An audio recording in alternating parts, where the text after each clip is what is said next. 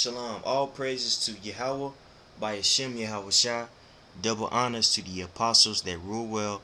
Peace and blessing to you brothers out there that's kicking His word and sincerity truth. I'm Mike Allah of the GMS Dallas camp, and I'm coming with a sit down. Basically, just reviewing who Esau is, or Edom, which is the so-called white man, and also I would like to give an example of Esau using his blessing, which is the sword, in the scriptures. Okay, so for us to understand, the blessing of Esau, let's first review who Esau is. Okay, now we'll start at Genesis 25 and 21. And Isaac entreated Yahweh for his wife because she was barren, and Yahweh was entreated of him, and Rebekah his wife conceived. And the children struggled together within her, and she said, If it be so, why am I thus? And she went and inquired of Yahweh. So while Rebekah was pregnant or barren, she felt the two children struggling with inside her, and that's Jacob and Esau. Okay, and Yahweh said unto her, Two nations are in thy womb, and two manner of people shall be separate from thy bowels. Okay, so right there is telling you that within her belly, Rebecca's belly, there's going to be two nations of people that's going to come out of her. Okay, one is going to be Jacob, and another one is going to be, and the other one is going to be Esau. Okay, and the one people shall be stronger than the other people, and the elder shall serve the younger. Okay, and when her days to be delivered were fulfilled, behold, there were twins in her womb, and the first came out red all over like an hairy garment, and they called his name Esau. Now, if you look at that word Esau, it means Ashashwa, which means wasted away is he, and that's what. If you look at the modern day white man, that's actually a characteristic that suits them very well, because they don't have any pigmentation. Their blood shows forth through their skin. That's why he was named Yashashua, wasted away is he. Okay, now this is verse 26. And after that came his brother, Slaki, and after that came his brother out, and his hand took hold of Esau's heel, and his name was Jacob. And Isaac was 80 years old when she bore them. Now, before we move forward, there's two things that stand out. When Jacob came out, he took hold of Esau's heel. Okay, why was that? Well, that was just symbolic to show you that there was always going to be enmity between these two nations, man, Jacob and Esau, the Edomites and Israel. Okay. Also, if you notice that they didn't give the description of what Jacob looked like, because he came out looking, for lack of a better term, normal. He had pigmentation. He was a dark-skinned man, or a dark-skinned child. Verse 27, and the boys grew, and Esau was a cunning hunter, a man of the field, and Jacob was a plain man dwelling in tents. Right there, it gives you another characteristic of Esau. Edom, so-called white people, they're known for being hunters, or into nature, man, or more in particularly the sport of hunting and game. Okay, and Isaac loved Esau because he did eat of venison, but Rebekah loved Jacob, and Jacob sought pottage, and Esau came from the field, and he was faint. And Esau said to Jacob, Feed me, I pray thee, with that same bread pottage, for I am faint. Therefore was his name called Edom. That word Edom, if you look it up, it means red, man. And also that just shows you another characteristic of the so-called white man, or Esau. He loves basically uncooked meat. If you ever been out with a Edomite before, and he might order a steak Well, that steak, more than likely that he orders, he'll want it to be cooked not well done, but medium rare. You know. And Jacob said, "Sell me this day thy birthright." And Esau said, "Behold, I am at a point to die, and what profit shall this birthright do to me?" This is another characteristic. And this is an important characteristic that Esau is displaying right now that we see in modern day Edomites, man, which are again so-called white men. They're very carnal, very fleshly. They're worried about what they could get now. You know what I'm saying? They're not spiritual at all. Okay?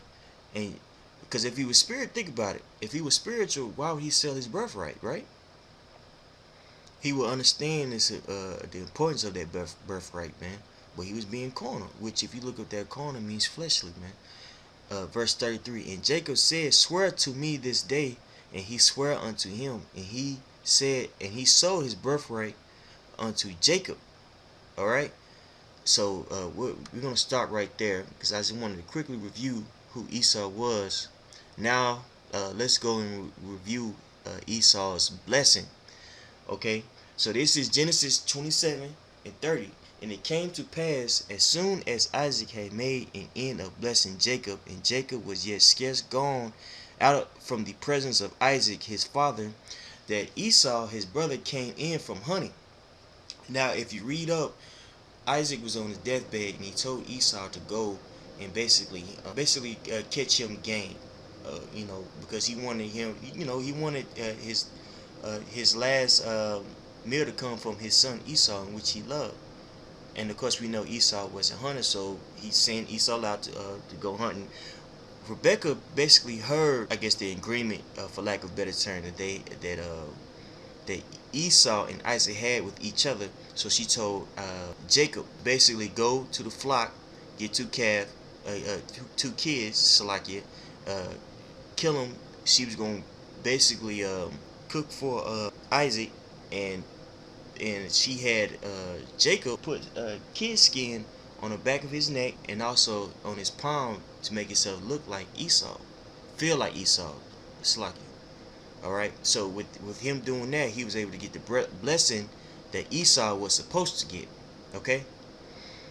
This is verse 31. And he said, and he also had made savory meat and brought it unto his field, his father, and said unto his father, "Let my father arise and eat of his son's venison, that thy soul may bless me." And Isaac his father said unto him, "Who art thou?" And he said, "I am thy father, thy firstborn Esau." And Isaac trembled very exceedingly and said, "Who? Where is he that hath taken venison and brought it me?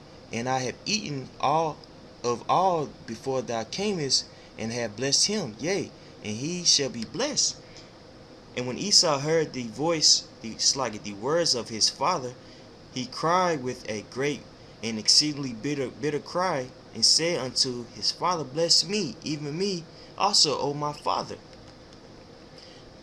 And he said, "Thy brother came with subtlety, and hath taken away thy blessing." And he said, Is not he rightly named Jacob?" And that gives you, that shows you who Jacob is to this day, man. Which is you so-called Negroes, Latinos, and Native Americans. You know, you guys, we are actually known for being very subtle, being able to supplant people, man, for lack of a better term. Hustle people. You know, for he hath supplanted me these 2 times. He took away my birthright, and behold, now he hath taken away my blessing. And he said, "Hast thou not reserved a blessing for me?" And Isaac answered and said unto Esau, "Behold, I have made him thy lord, and all his brethren have I given to him for servants, and with corn and wine have I sustained him. And what shall I do now unto thee, my son?" And Esau said unto his father, "Hast thou but one blessing, my father? Bless me, even me also, O my father." And Esau lifted up his voice and wept. And Isaac his father answered and said unto him, Behold, thy dwelling shall be the fatness of the earth, and of the dew of heaven from above, and by thy sword shalt thou live. See right there? It's telling us right there that this is a very important prophecy, brothers. By the sword, Esau or Edom was gonna live, man. Now, we know from prophecy and historical facts that Edom or the nation of Edom is the so-called white man. And how has he conquered the whole earth, man? Well, he conquered it with the sword, man. He conquered it with the sword, all right, with uh, political manipulation. But the main thing that he used was that warfare, man. Now, and with that warfare, he was able to go to other nations and take over their culture, man, their way of life, basically. You know.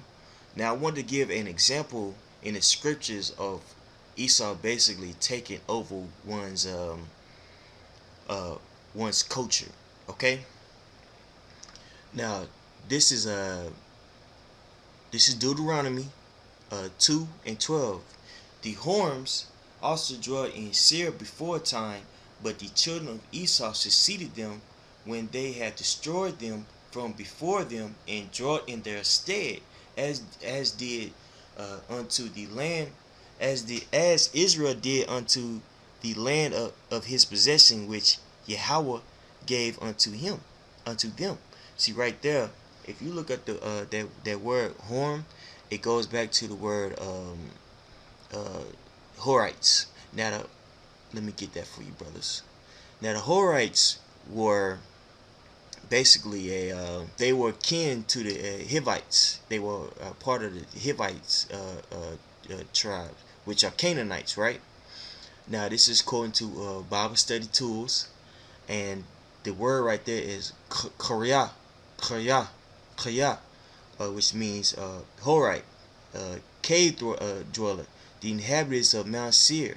You see right there, before the Edomites were ruling, and Petra and Mount Seir in that area, you actually had people that were living there first. Okay, that were living there first, man.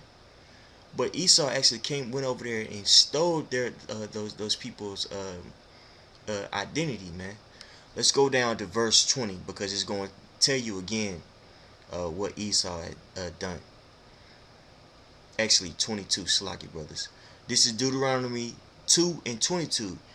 As he did to the children of Esau, which dwelt in Seir, when he destroyed the Horites from before them, and they succeeded them and dwelt in their stead even until this day.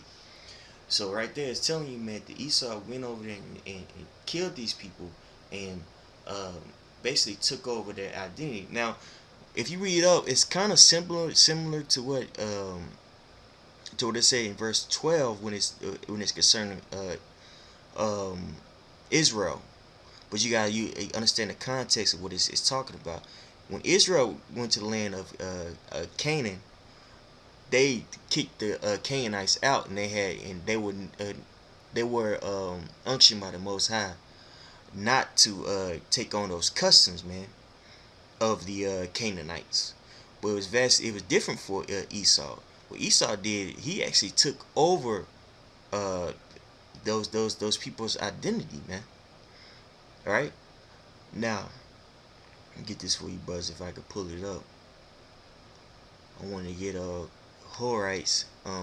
Now this is Horites according to dictionary.com. Horite in the Bible, caveman, a race of troglodytes, which means cave dweller, who dwelt in the limestone cave which abounded in Edom. Their ancestors, Slocky brothers, go back down. Horites in the Bible, caveman, a race of troglodytes who dwelt in the limestone caves which abounded in Edom.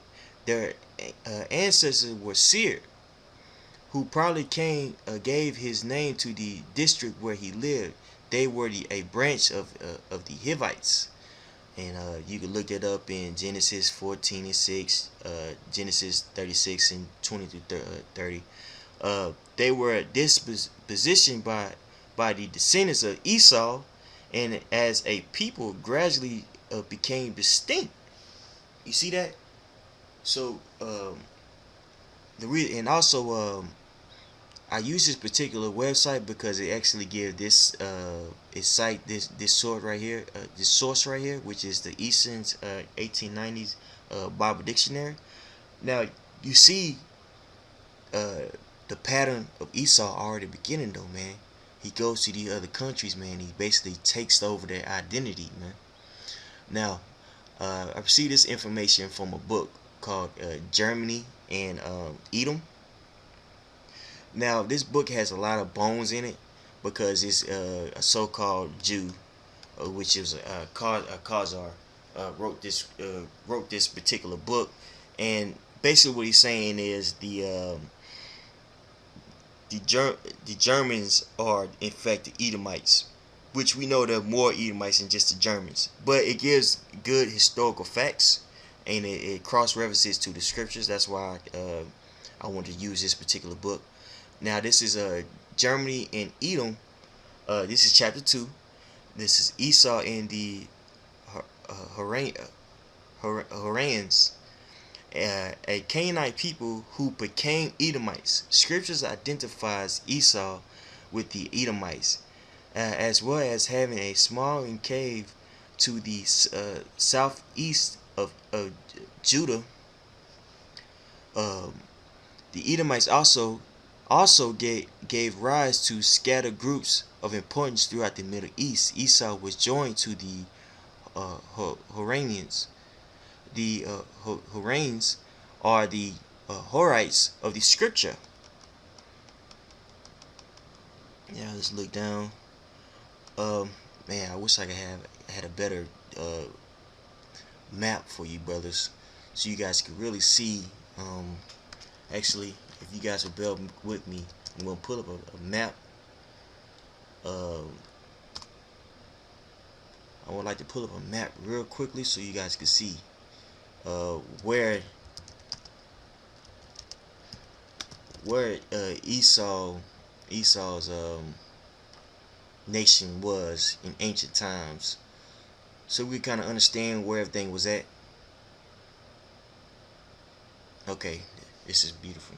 All right, so now this is the kingdom of Judah, and down here in this area you had Timon, you had Mount Seir in that area, man, which the Canaanites were occupying before Esau entered into that country and basically took over their identity. Let's go back. Okay. Now, the Horites linked to Esau. The Horites in the Bible are referred to as Horn, singular Hori, or in archaeological terms the Horites. The Bible records the Horites as dwelling around Mount Seir, which was to the south of Canaan. The Edomites conquered the Horites and possessed their land. The native Horites were partly killed off, partly driven out, and in part assimilated by the Edomites. One is see right there. Let's stop right there. Now, right there is already giving you a glimpse into what Esau, or how Esau utilizes that blessing, man. He goes in, he kills those people, and he makes them assimilate, and then until eventually he becomes those people. Now you have numerous examples of him doing that, man. They did it to our brothers in here in North America. Okay, they did it to the to other Canaanites. The Egyptians with the Ptolemaic Empire, man. Wherever they go, what they do is they go and they destroy those people, and they actually make those people assimilate and actually become those people, man. All right. Now it gives this again. We gotta eat the meat and spit the bones out in this example they're about to give. One is reminding of the Nazi plan for the Polish population, in which one third which would be exterminated, another third reduced to the status of subhuman permanent slavery, and the remaining third Germanized, i.e., made complete Germans, man. Which whatever, that's a whole new other topic in itself. The Horites and the divisions are listed as part of Edom. Now it goes on and gives more in detail about the Horites, and also where in this particular book I'm alluding to, and where Esau eventually ended up in Armenia and all that. But again, that's a whole nother topic. I just wanted to bring out this particular example that we had of Esau, you know, utilizing that blessing in the scriptures, and how he basically went over to another person's land and took over their culture, man. You know, which if you look at the um, the philosophy of the so-called white man, it strongly uh, correlates with the religions of the Canaanites, man. All right. So with that, all praises to Yahweh by Hashem Yahushua. Double honors to the apostles that rule well, and peace and blessings to you brothers out there that's kicking His word in sincerity and truth. Shalom.